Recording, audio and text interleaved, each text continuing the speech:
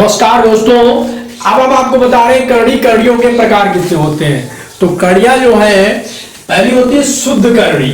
शुद्ध स्वर का मतलब होता है कि जिसमें एक के अतिरिक्त कोई दूसरा परमेय गुणनखंड नहीं होता है, वो आपकी शुद्ध कड़ी कहलाती है। जिसमें क्या होता है, इसमें एक के अतिरिक्त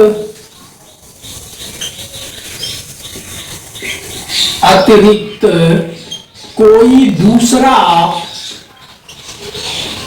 परमेय गुणनखंड नहीं होता है।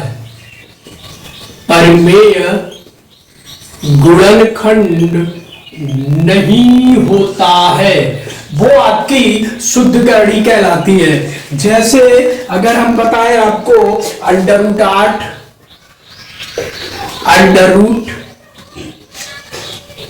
√3⁷, ये आपकी शुद्ध करड़ी है। ठीक है, अब बात करते हैं दूसरे प्रकार की करड़ी की। वो क्या कहलाती है? जो दूसरे प्रकार की करड़ी होती है दोस्तों, उसे हम बोलते हैं मिश्र करड़ी। उसे हम बोलते हैं मिश्र करड़ी, यानी कि मिक्स्ड स्वर। ठीक है दोस्तों, तो इसमें क्या होता है, इसमें के लिए इस करड़ी में एक के अतिरिक्त परमेय तथा अपरमेय गुणनखंड होते हैं। क्या होता है? एक परमेय गुणनखंड के अलावा, परमेय गुणनखंड के अलावा अन्य अपरमेय गुणनखंड होते हैं। ये आपकी कहलाती है मिश्र करड़ी। कौन सी कहलाती है दोस्त? मिश्र करड़ी कहलाती है। जैसे 4 3√16, या दूसरी की बात करें तो 3√37।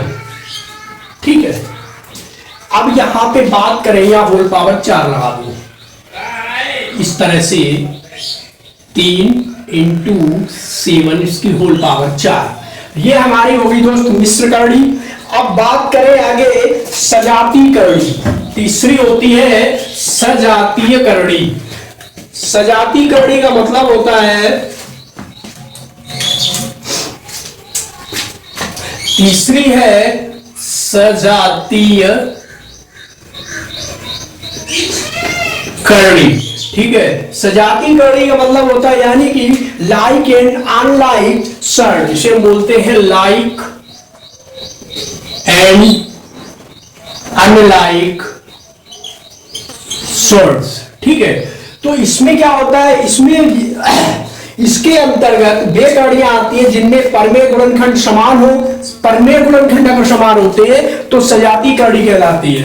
ठीक है, और दूसरी बात है, अन्यथा ये कौन सी कहलाती है? विजातीय कड़ियां कहलाती हैं। अन्यथा विजातीय कड़ियां कहलाती है। ठीक है, क्या गुणनखंड परमेय इसमें क्या होता है, समान होते हैं, तो होती है सजातीय,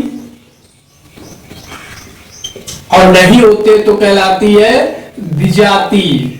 ठीक है, ये आपकी 3 प्रकार की करड़ियां होती है। ठीक है, अब हम आगे बात करेंगे आपके लिए कुछ ऐसे क्वेश्चन जो डायरेक्ट लगेंगे। जो कैसे लगते हैं? एकदम से डायरेक्ट लगेंगे। ये करड़ियों के सवाल हैं, हम आपको बताएंगे भी।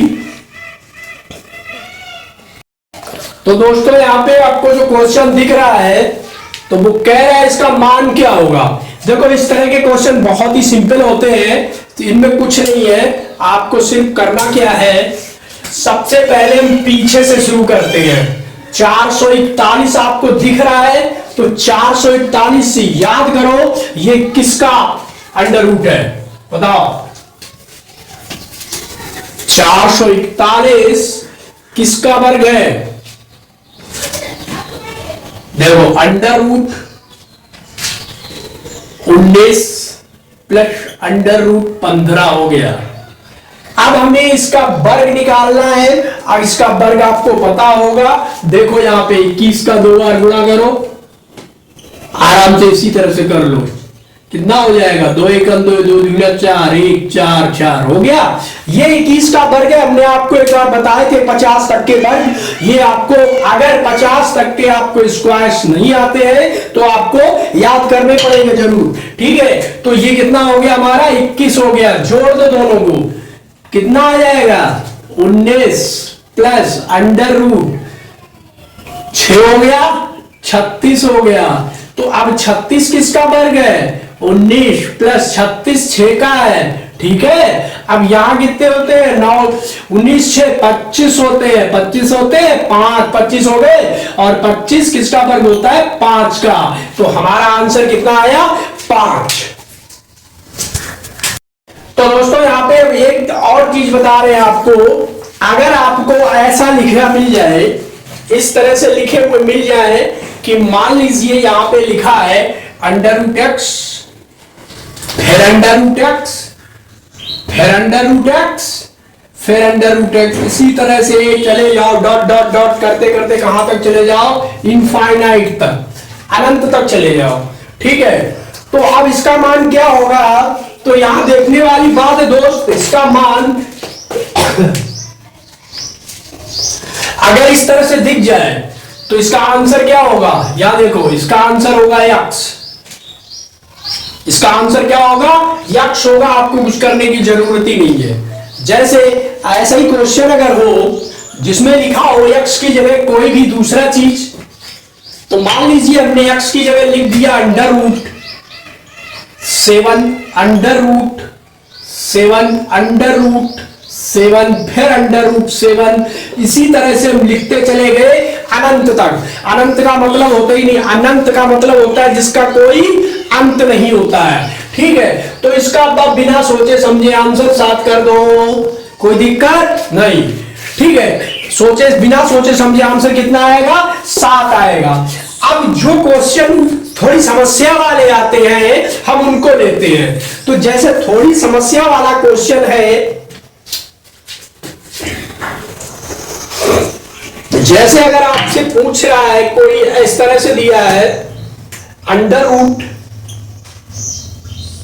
2, फिर अंडर रूट 2, फिर अंडर रूट 2 और डॉट डॉट कर दिया है, क्या कर दिया है, डॉट डॉट कर दिया है। एक बार, 2 बार, 3 बार, 4 बार, चलो हम 4 बार ही लेते हैं, ठीक है। तो यहां पे एक फार्मूला बनता है, या डायरेक्ट देखो यहां पे 2 under root 2 under root 2 under हर जगह बैठा है, यहां भी बैठा हुआ है, ठीक। तो हम क्या करेंगे, इसको गिनेंगे, कितने हैं, 1 2 3 4, हमारे पद कितने हैं, 4 हैं, ठीक। अब बात आती है यहां पे बेस कितना है, 2 है, कितना बेस है, 2 बेस है, 2 लिख लिया, ठीक। अब इनको गिनो, पहले पे घात 0, पहले पे घात कितनी होगी, 0। तो 2 बेस के ऊपर आ जाओ, पहले ऊपर वाला लिख लो। तो 1 की घात 2 की घात 0 प्लस 2 की घात 1 प्लस 2 की घात 2 प्लस 2 की घात 3, कितने पद हो गए, 1 2 3 4 हो ना, 1 2 3 4, ठीक। अब नीचे वाले में पूरे 4 लिखेंगे, कितने पद है, 1 2 3 4 पद है, तो 2 की घात 4 हो गई दोस्त, 2 की घात कितनी हो गई, 4 हो गई। अब इनकी काउंटिंग कर लो। देखो आपको एक बात पता होनी चाहिए कि यक्स की होल पावर 0 इक्वल टू 1 होता है, यक्स की होल पावर 0 इक्वल टू 1 होता है, हमेशा होता है, ठीक। अगर कहीं पे दोस्तों 2 की होल पावर 0 रखा है तो वो भी 1 होगा, 1 की होल पावर 0 है वो भी 1 होगा, और 4 की किसी की भी होल पावर 0 है तो वो क्या होता है, 1 होता है, ठीक है। इतनी बात समझ गए। तो यहां पे आगे आते हैं, 2 की होल पावर 0 1 हो गया, अब 2 की होल पावर 1 यानी 2 एकम 2 हो गए। अब 2 की होल पावर 2 2 दूना 4 हो गए। अब 2 की होल पावर 3 है, 2 दूनी 4 दूना 8 हो गए, ठीक। बटे में आ जाओ, 2 की होल पावर 4 ही रखो। अब ऊपर वाले जोड़ो, 8 4 12, 12 और 2 कितने होते हैं? 14 और 1 15, यानी ऊपर आगे 15 और जे वाले कर लो, 2 की होल पावर 4 है, तो दोस्त कितने हो जाएंगे? 2 दूनी 4 दूनी 8 दूनी 16, तो ऊपर हो जाएंगे हमारे 2 की होल पावर 16। अब इसे ऐसे लिखना है, समझ गए? ठीक, अब इसका आंसर आ गया 2 की होल पावर 15/16, बस यही आंसर है। ठीक, इतना तो हमने आपको तरीका बता दिया, अब आप अपने मन से कर सकते हो। जैसे हम कोई दूसरा क्वेश्चन ले, तो दोस्तों अगर ये तो हो गया सब गुणा वाला, अब अगर प्लस वाला आता है तो वो क्या कहता है, उसे कैसे करेंगे? इस तरह से दिया है दोस्तों, यहां पे 12 plus √12 plus √12 plus √12 dot dot dot करते चले जाइए। तो अब इसमें क्या होगा, इसको डायरेक्ट कैसे लगाएंगे? देखो हम क्या करते हैं, ये कितना है? 1 2 3 4 है, ठीक है, 4 है, कितना है आप आगे लिख सकते हो, आपको कोई रोकने वाला नहीं है। तो यहां पे दोस्त आपको जब कोई रोकने वाला नहीं है तो वो पूछ रहा है इसका मान क्या है, का मान बताना है आपको। तो मान बताने के लिए देखो एक काम करो, इसमें प्लस वाला है ना, तो 12 जो है हमारा कितने के गुणा में आया है, और उनका गुणा का अंतर 1 होना चाहिए। दो जो गुणा का अंतर है वो कितना होना चाहिए? 1 होना चाहिए।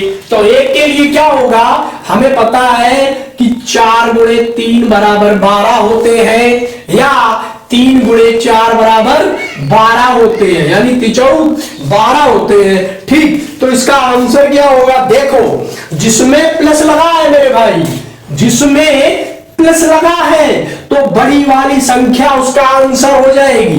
जिसमें प्लस लगा है तो बड़ी वाली संख्या उसका क्या हो जाएगी? आंसर हो जाएगी। तो दोस्त बिना आंख मूंद के इसको रख दो 4। कितना लिख लो? 4 लिख लो। ठीक, इस तरह से जितना भी क्वेश्चन आए, जहां से भी आए, आपको तरीका यही करना है। प्लस वाले में क्या करना है कि जो बड़ी संख्या है, घटने में बड़ी संख्या है, वो आंसर होगा, और माइनस वाले में क्या होगा, अभी हम देख रहे हैं सवाल, ठीक है। तो वो सवाल के अंदर √30 minus √30 minus √30 minus dot dot dot चले जाइए जहां तक जाना है, ठीक है। तो अब इसमें क्या होगा, तो घबराइए नहीं। तो यहां पे क्या है, 30 किसके गुणे में आता है? 5 × 6 में आता है। 6 पंचे 30, 6 में घटाओगे तो अंतर कितना आएगा? 1 आएगा। तो यहां पे आंसर क्या होगा, आपकी छोटी वाली संख्या होगी। जो माइनस यहां पे लगा होगा उसमें आंसर आपका क्या होगा, ये छोटी वाली संख्या होगी 5। तो इसका आंसर आएगा 5। समझे ना बात को? ठीक है, अब हमने आपको ये तीनों तरीके के सवाल बता दिए हैं। देखो करड़ी के जो फार्मूले हैं, करड़ी के सूत्र, इन सूत्रों को याद करना होगा आपको। ये क्या होते हैं, जैसे n√x, तो हम इसको लिखते हैं x की होल पावर 1/n, और यदि कह दे n√x और y, तो हम लिख सकते हैं x n × y की होल पावर n। यदि कह दे कि n√x/y, तो हम लिख सकते हैं x/y की होल पावर 1/n हो जाएगा, ठीक है।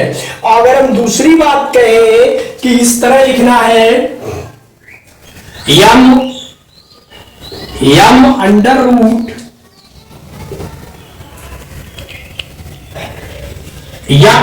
तो इसको लिख सकते हैं, 1 मिनट, हाँ, m√x अगर किसी को भाग में दे रहा है n√x ×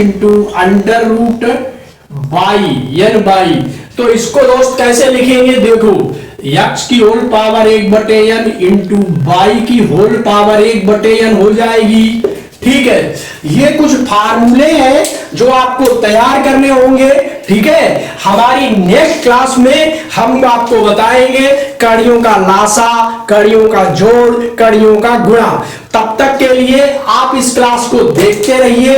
अगर ये वीडियो आपको पसंद आया है तो लाइक कर दीजिए, और नहीं पसंद आया है तो डिसलाइक भी कर सकते हैं, और चैनल को शेयर सब्सक्राइब जरूर कर दें। धन्यवाद।